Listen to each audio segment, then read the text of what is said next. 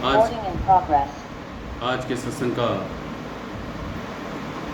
विचार का जो विषय है वह है भगवान राम के जीवन में उन्होंने अपने समय में पूरी प्रजा को एक उपदेश दिया।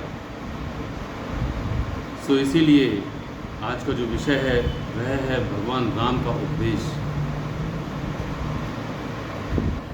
ये उपदेश रामचरितमानस में उत्तरकांड में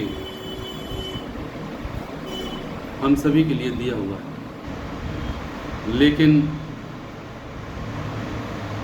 आजकल का जो प्रचलन है, एक प्रथा बनी हुई है कि जगह जगह पूरे हिंदुस्तान में क्या पूरे विश्व में रामायण का पाठ होता है।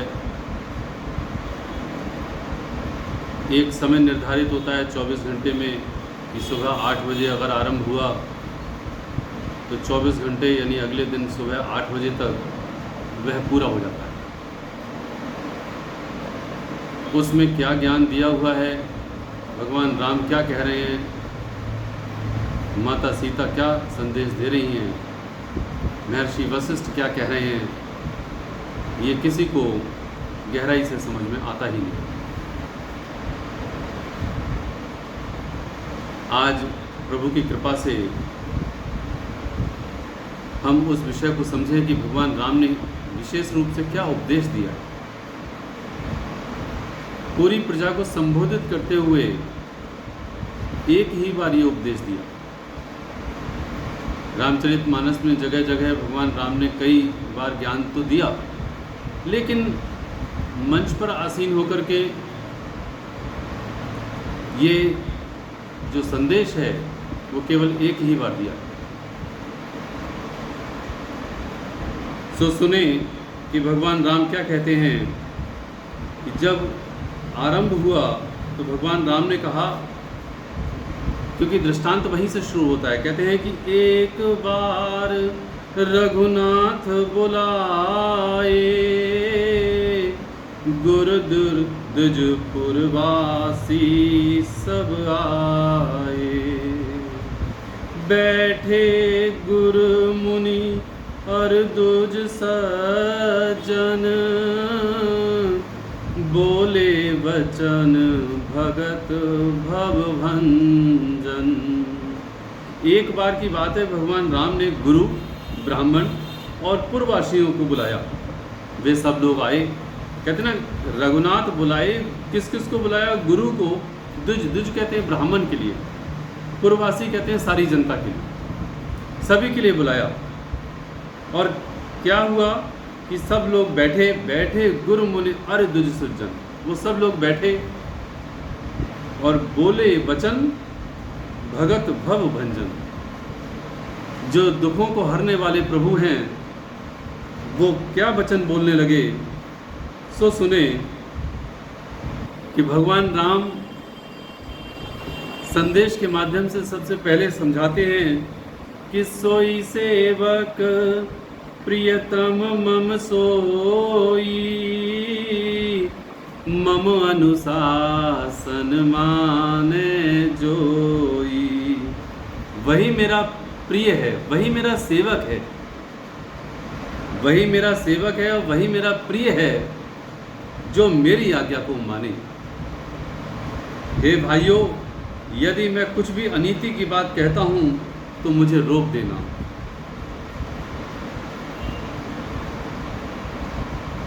महाराज जी ने हम सभी को वाणी के माध्यम से भी यही कहा।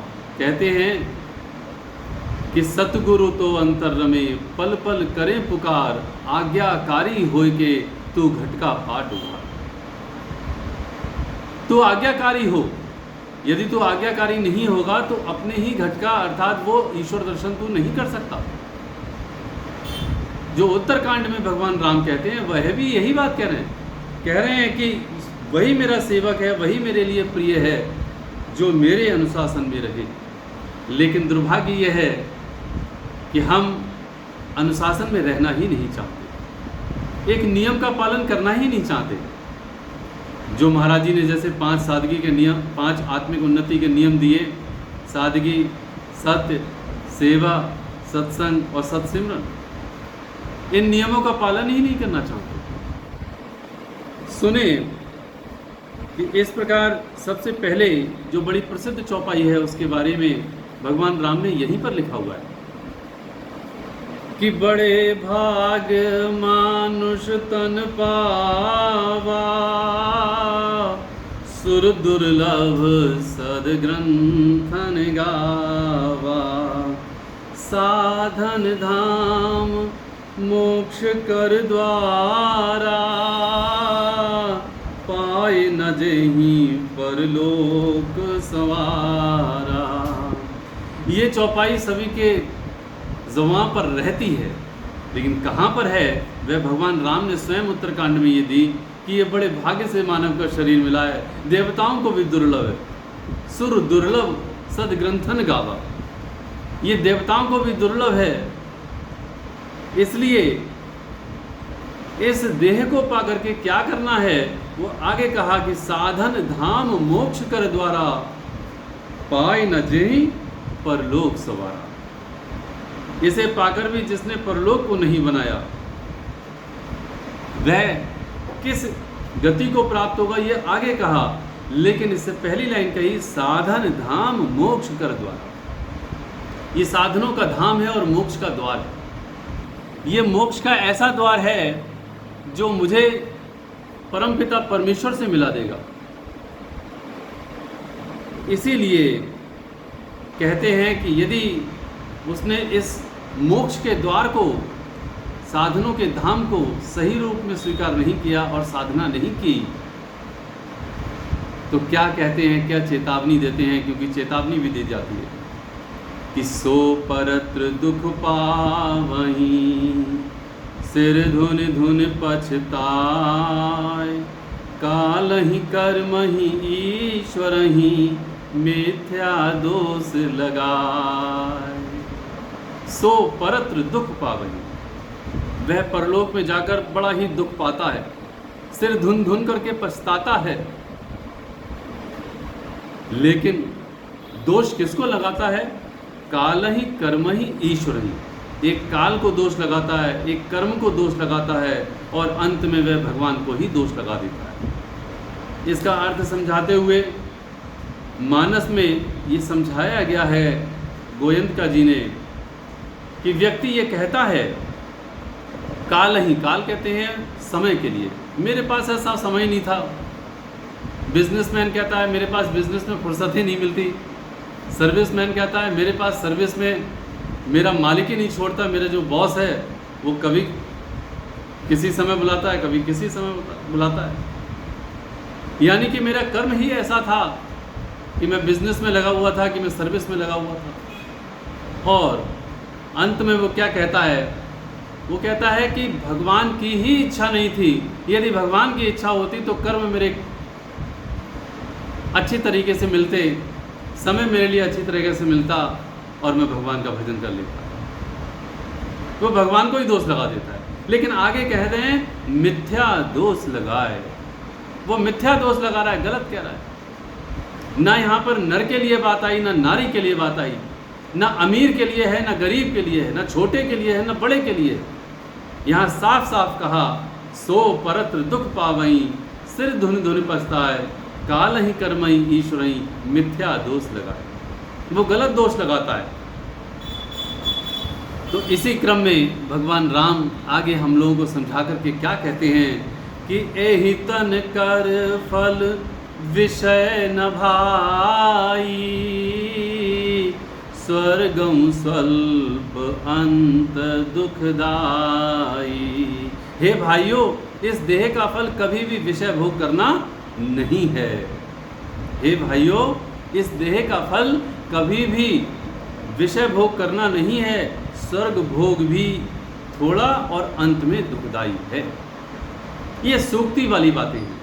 भगवान राम कहते हैं कि इस देह में यदि तुम ज़्यादा से ज़्यादा सुख भोग प्राप्त कर भी लोगे तो ये विषय भोग का शरीर नहीं है। विषय भोगों का शरीर तो अन्य देहधारियों का है। जो केवल भोग जिसको भोग योनियां कहते हैं, वो भोग रहे हैं। ये कर्म जोनी है, इसमें कर्म करो। और किसका? साधन धाम मोक्ष कर द्वारा। साधनों का धाम है और मोक्ष का द्वार है ये। इसमें तुझे ये कर्म करना चाहिए। इसीलिए बड़े भाग से मानुष का चोला मिला है। और ये बात कही कि स्वर्गम स्वल्प अंत दुखदाई। यदि स्वर्ग का भी सुख तुझे मिल जाता है, वह थोड़ा है और दुखदाई है। सबसे पहले कहा थोड़ा है। यदि किसी ने इस मानुष के चोले में आकर के हजारों करोड़ रुपए इकट्ठे भी कर लिए, हजारों करोड़ रुपए, लाखों करोड़ रुपए भी इकट्ठे कर लिए, स्वर्ग जैसा सुख भी प्राप्त कर लिया उसने, तब भी वो कह रहे हैं, शास्त्र कह रहा है कि वह अल्प अर्थात कम है और अंत में दुखदाई भी है। दोनों बातें क्यों है? क्योंकि इस चोले को पाकर के तू प्रभु को प्राप्त कर सकता था, पूरे ब्रह्मांड का मालिक बन सकता है, पूरे ब्रह्मांड का मालिक। वो परमपिता परमेश्वर जो पूरे ब्रह्मांड का मालिक है, तू उसी में समा जाएगा। तो पूरे ब्रह्मांड का मालिक अर्थात जैसे कहते हैं महाराज जी के अधीन थी पूरी सृष्टि। महाराज जी ने जब तंदूर में पैर डाला, ये विश्वास दिलाने के लिए कि ध्रुव आदि सभी सत्पुरुष कभी भी अपनी इच्छा से ऐसा नहीं चमत्कार दिखलाते, गप नहीं उड़ाया करते, लेकिन किसी को विश्वास नहीं हुआ। महाराज जी ने जलते हुए तंदूर में अपना पैर डाल दिया, लेकिन क्या हुआ? एक भी बाल नहीं जला था। यानी अग्नि का जो स्वरूप है जलाना, वह अग्नि ने जलाया नहीं, बल्कि क्या हुआ? उनके अधीन थी पूरी सृष्टि, पूरी कुल कायनात, पूरा ब्रह्मांड उनके अधीन था। इसीलिए जब पहाड़ी की चोटी से गिरे तब भी कुछ नहीं हुआ। जब मटोर की पहाड़ी पर महाराज जी को डाकू मारने आए, तब भी उन डाकुओं को बड़ी भयानक तस्वीरें नजर आईं, वो मार नहीं सके। कहने का तात्पर्य क्या है? वो कहते हैं कि पूरे ब्रह्मांड का तू मालिक भी बन जा, लेकिन वो स्वल्प है अर्थात थोड़ा है। तुझे ये समझ में ही नहीं आ रहा इस बात का कि मेरे लिए लाखों करोड़ रुपए ज़्यादा हैं या पूरे ब्रह्मांड का मालिक बनना ज़्यादा है। इसलिए कहते हैं, उदाहरण देकर के समझाया, वो भी सुने भगवान राम कैसे उदाहरण देते हैं। कित्ता ही कबहू भल कहि न कोई, गुंजा ग्रहई परस मन खोई। जो पारस मणि खो करके घुंघची ग्रहण करता है, उसे कभी कोई भला नहीं कहता। आप सभी में से कई प्रेमी जीवों ने, कई मातृशक्तियों ने जो नदी किनारे घुंघची होती हैं, उनको देखा होगा, इकट्ठा किया होगा। गुंजा ग्रही परस मन खोई। और पारस मणि को यदि कोई फेंक दे और घुंघची को ग्रहण कर ले, तो क्या कोई उसे बुद्धिमान कहेगा? ताहि कबहू भल कहीं न कोई। उसे बुद्धिमान कोई नहीं कहता जो घुंघची को प्राप्त कर ले और वो जो पारस मणि है उसको छोड़ दे। इसीलिए कहते हैं कि आकर 4,84,000 जो निभ्रमत यह जीव अविनाशी। ये अभिमानी जीव चारों खानों अर्थात 84 लाख जोनियों में भ्रमता ही रहता है। उसे ये बात समझ में ही नहीं आती कि मेरा जो द्वार है वो परमपिता परमेश्वर का। फिरत सदा माया कर प्रेरा, काल कर्म स्वभाव गुण घेरा। फिरत सदा, ये माया की प्रेरणा से काल कर्म स्वभाव गुणों से घिरा हुआ सदा फिरता ही रहता है। बिना ही कारण प्रेम करने वाले प्रभु कभी करुणा करके इसे मानुष का शरीर दे देते हैं। कबहु की कर करुणा नर देही, देत ईश्विन हेतु सनेही। वो परमपिता परमेश्वर बिना ही कृपा करके, बिना ही दया, बिना कारण के दया करके वो परमात्मा हमें मानुष का चोला दे देता है। और वो मानुष का चोला दे करके क्या करता है वो कि नर तनु भव बारिद कहूँ बेरो, सन्मुख मरुत अनुग्रह मेरो। करन उधार सद्गुरु दृढ़ नावा, दुर्लभ साज सुलभ करि पावा। मानुष का शरीर संसार सागर का जहाज है। ये दुख भरा संसार, ये बेचैनी भरा संसार, इस संसार को पार करने के लिए ये मानुष का चोला प्रभु ने दिया, ऐसा भगवान राम कह रहे हैं। और आगे क्या कह रहे हैं, मेरी कृपा से अनुकूल वायु भी दे दी।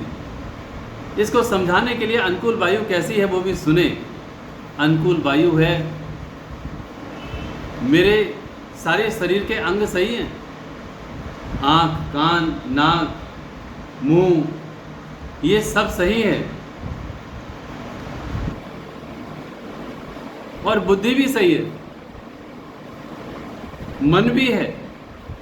हम विचार करके देखें, न जाने कितने प्रेमी ऐसे होते हैं, न जाने कितने लोग ऐसे हैं इस संसार में जो सब सही है लेकिन बुद्धि नहीं है। उनकी बुद्धि का थोड़ा सा स्क्रू ढीला है, 10 पैसे 50 पैसे का, वो कोई काम ही नहीं कर सकता।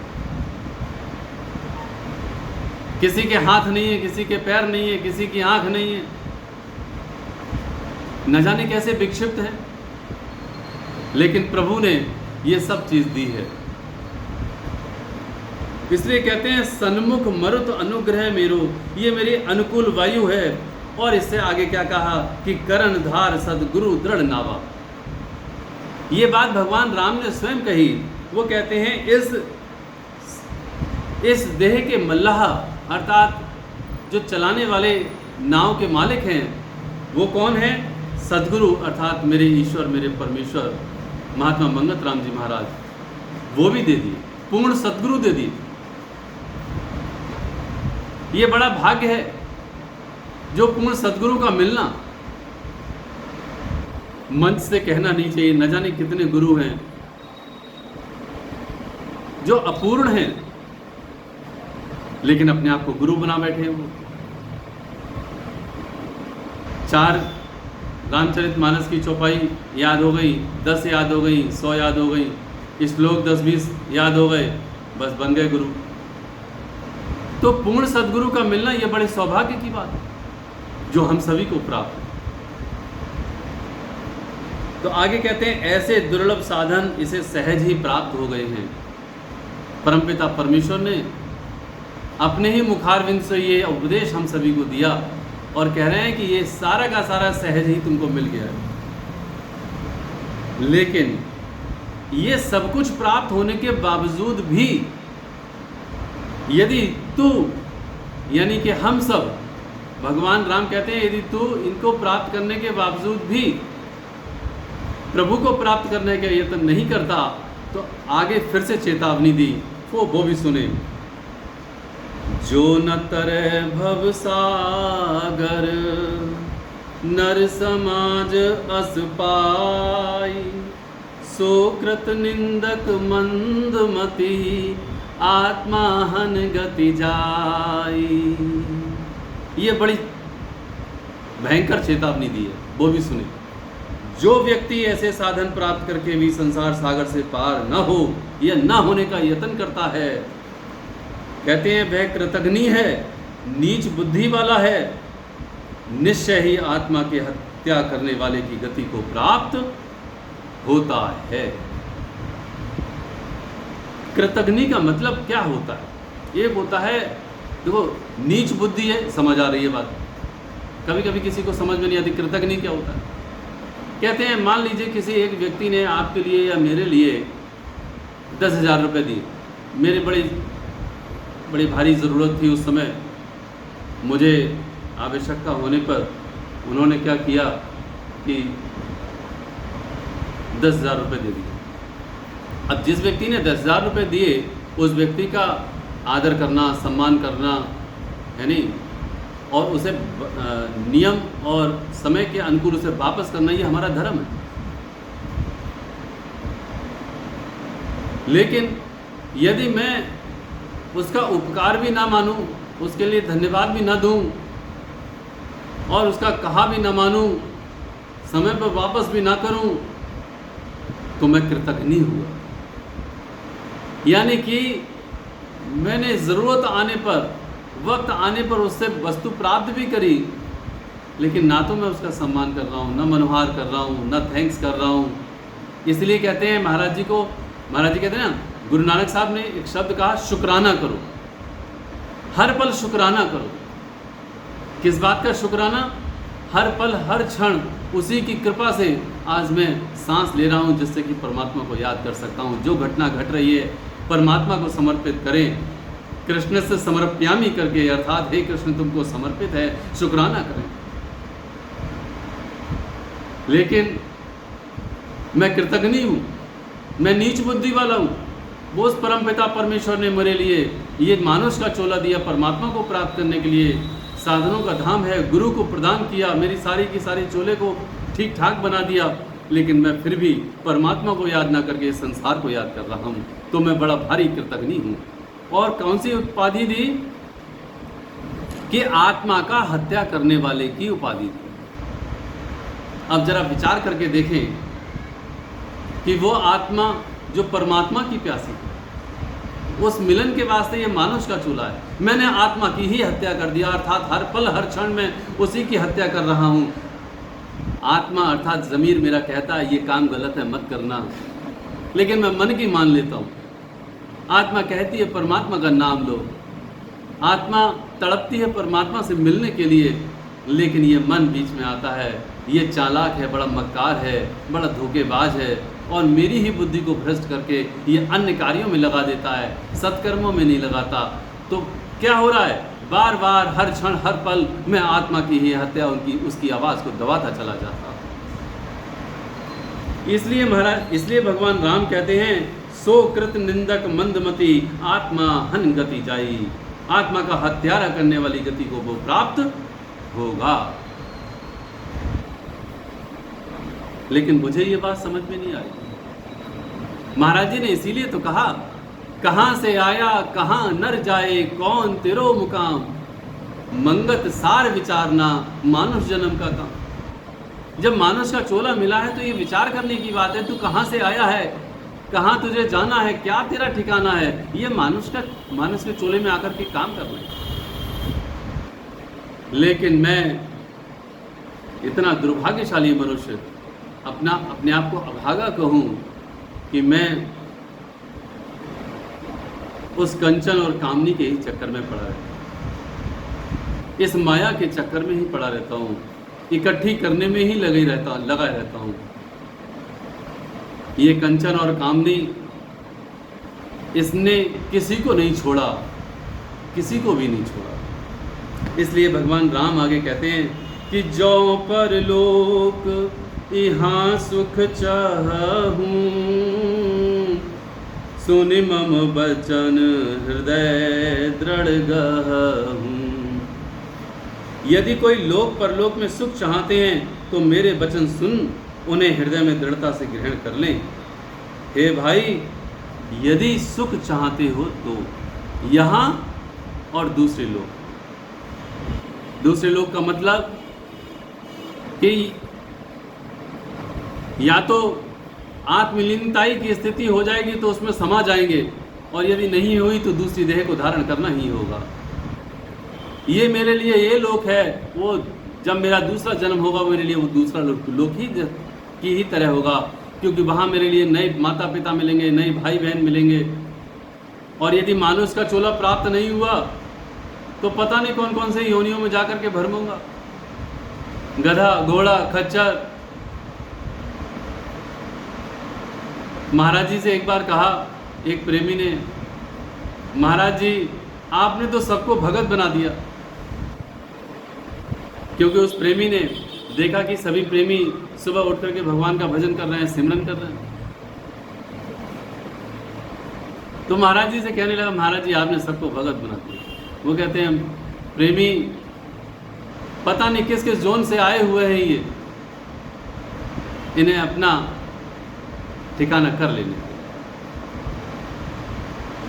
इसलिए कहते हैं जो वास्तव में सुख चाहता है वो मेरी बात को, अर्थात भगवान राम ने इन नियमों का पालन करने को कहा। तो क्या कहा कि सुलभ सुखद मार्ग यह भाई, भगति मोर पुराण श्रुति गाई। मेरी भक्ति का मार्ग बड़ा ही सुलभ है, सुखद है, और ये सारे के सारे वेदों ने और पुराणों ने कहा है। जो भक्ति का मार्ग हमारे गुरुदेव ने दिया, वही मार्ग भक्ति का बड़ा ही सुलभ है, बड़ा सरल मार्ग है। बड़ी सहजता से कहा कि तुम सादगी धारण करो, बड़ी सहजता से कहा कि तुमने सेवा करनी है, और कैसे? सबको ईश्वर जान करके सबकी सेवा करनी है। तुमने सत्संग सुनना है, सत्संग में आना है, तुमने सिमरन करना है। ये सब नियम दिए, ये भक्ति को पाने के नियम दिए। तो आगे कहते हैं कि ये जो भक्ति है ये तू प्राप्त करने का यत्न कर, इस तरह से नियमों पर चल। आगे इस बात का विवेचन भगवान राम ने किया, वो भी बड़ा सुंदर है कि ज्ञान अगम प्रत्यूह अनेका, साधन कठिन नमन कहूँ टेका। ज्ञान अगम है, अगम कहते हैं बड़ा कठिन है, बड़ा दुर्लभ है प्राप्त करना। लोग कहते हैं इसका क्या मतलब हुआ, इसका क्या मतलब हुआ, ये बात हमें समझ में नहीं आती, ये वाणी है, ये वचन है। दास के पास भी कई सारे विचार विमर्श होते हैं, एक ही बात समझ में आती है। दास एक ही बात कहता है, भगवान के समर्पण हो जाओ, भगवान के जितना समर्पित होगे उतना ही बात अच्छी बनेगी। वो भी कैसे? वो भी ऐसे कि भक्ति वाला और ज्ञान वाले में एक ही अंतर है। वो कैसा कि एक ट्रेन में एक व्यक्ति चढ़ा, उसके सर पर पोटली थी और वह पोटली को सर पर ही रखे सफ़र कर रहा था, और वो भी खड़ा था। दूसरे भले मानुष ने क्या कहा, इस पोटली को उतार के नीचे रख दो, आप भी चले जाओगे और पोटली भी चली जाएगी। मैंने भी अपनी पोटली रख दिया, आप भी अपनी पोटली रख दो। वो कहता है नहीं, जब तक उसके सर पर है तभी जाएगी। मेरा यही हाल है कि मैं सारे के सारे जीवन भर अपनी समस्त समस्याओं को अपने सिर पर ही लादा हुआ रहता हूँ, और यही सोचता हूँ कि मेरे हल करने से ही हल होगी और कोई विकल्प नहीं है। परमात्मा कहते हैं तू सारी की सारी समस्याओं की जो पोटली है तू नीचे रख दे, तेरी गाड़ी चल रही है और चलते चलते ये सारा समाधान हो जाएगा, तू बिल्कुल फिक्र मत कर। ज्ञान को बड़ा अपने अंदर इस बात का अहंकार होता है कि वो समस्त क्रियाओं के लिए करने में सक्षम है, और भक्ति वाले के लिए समर्पण होता है कि परमपिता परमेश्वर ही मेरे लिए सारे रास्ते खोल देगा। यही दोनों अंतर होते हैं और कोई अंतर नहीं होता। इसीलिए कहते हैं ज्ञान अगम प्रत्यूह अनेका, साधन कठिन न मन कहूँ टेका। जो ज्ञान का मार्ग है वो बड़ा कठिन मार्ग है, मन इसमें टिकता नहीं है। वो सो इसलिए कहते हैं करत कष्ट बहु पावई को, भक्तहीन मोहि प्रिय नहीं सो। यदि कोई ज्ञान के मार्ग से जा करके परमात्मा को प्राप्त करने का यत्न करता भी है, लेकिन फिर भी वह उसको प्राप्त नहीं कर पाता बिना भक्ति के। इसलिए कहा जाता है कि भक्ति सुतंत्र सकल सुख खानी, बिनु सत्संग न पावहि प्राणी। मेरी भक्ति परम स्वतंत्र और सब सुख की खान है, भगवान राम कहते हैं। लेकिन वह भक्ति कोई भी प्राणी बिना सत्संग के प्राप्त नहीं कर सकता। महाराज जी ने भी सत्संग पे बड़ा जोर दिया। महाराज जी ने इतना जोर दिया कि प्रेमियों को बुला बुला करके इकट्ठा करके ज्ञान को देने की कोशिश करते थे, समझाने की कोशिश करते थे कि ये हीरा जन्म जो है गवाओ मत, तुम भगवान का नाम लो। नित्य प्रति सत्संग में आने की बात कही। यहाँ तक कि आदरणीय प्रेमी देवराज जी जब सत्संग से जाने को हुए तो महाराज जी कहने लगे, प्रेमी क्या तुम्हें इनकी बात अच्छी नहीं लगी? अब महाराज जी से वो प्रेमी कहते हैं, नहीं महाराज जी कोई ज़रूरी काम याद आ गया था, सो जा रहा हूँ। 2 क्षण रुके और कहते हैं, अच्छा प्रेमी जाओ और शीघ्र आ जाना, गुरु शिष्य बनकर ना सही गुरु बनकर आ जाना। हमारे महाराज जी शिष्यों के भी शिष्य बनने को तैयार हैं, इसलिए कि तुम सत्संग में आ जाया करो। हमारा ये हाल है कि हमें यदि फुर्सत मिलती है तब भी हम सत्संग में नहीं हाजिर हो पाते, किसी दूसरे को इनवाइट नहीं कर पाते। अगर हमने 2 बार इनवाइट कर लिया तो तीसरी बार कहते हैं नहीं वो तो आता ही नहीं, हमने नहीं करना। तो कहने का मतलब है कि भक्ति स्वतंत्र सकल सुख खानी, बिन सत्संग न पावही प्राणी। बिना सत्संग के वह प्राणी प्राप्त नहीं कर पाता। तो अंत में ये जो उपदेश है उस उपदेश का जो सार हम सब समझने की कोशिश करें कि अंतिम बात को जो दास भगवान राम की एक बात याद रखने की कोशिश करवा रहा है कि जो न तरह भवसागर नर समाज अस्पाए, सो कृत निंदक मंदमती आत्मा हन गति जाए। जो इस मानुष के चोले को प्राप्त करके भी यदि भगवान को प्राप्त करने का यत्न नहीं करता या भगवान को प्राप्त नहीं करता तो वह कैसा है? वह कृतघ्नी है, वह नीच बुद्धि वाला है, यहाँ तक कि अपनी आत्मा का हत्या करने वाला भी है। ऐसी बात सभी शास्त्र कह रहे हैं। इसीलिए हम सभी को ये संदेश समझना चाहिए, ऐसा कोई नहीं इस जगत में जो भगवान राम के आगे मत्था ना टेकता हो। सब उन्हें दंडवत करते हैं। पूरा विश्व राम को, कृष्ण को सब ईश्वर करके और ईश्वर मानते हैं, तो ईश्वर की बात को मानना चाहिए। ठीक उसी प्रकार से जैसे हमारे गुरुदेव ने राम के दर्शन कराए, कृष्ण के दर्शन कराए, चाहे राम कहें, चाहे कृष्ण कहें, चाहे महात्मा मंगत राम जी कहें, एक ही बात है। चाहे रामकृष्ण परमहंस कहें, चाहे महर्षि रमण कहें, ये सभी एक हैं। चाहे नानक है, चाहे कबीर है, उनके सारे उपदेश एक जैसे हैं। वो सभी एक ही मार्गदर्शन दे रहे हैं कि तूने प्रभु को प्राप्त करना है, मानुष जन्म सफल होवे। जब वो प्रभु दाता चित आए, प्रभु के सिमरन कार ने ये मानुष चोला पाए। ये मानुष का चोला इसी वास्ते प्राप्त किया है, इसलिए हम इस बात को गहराई से समझें और मानुष के चोले को प्राप्त करने का यत्न करें। ओम ब्रह्म सत्यम सर्वदा।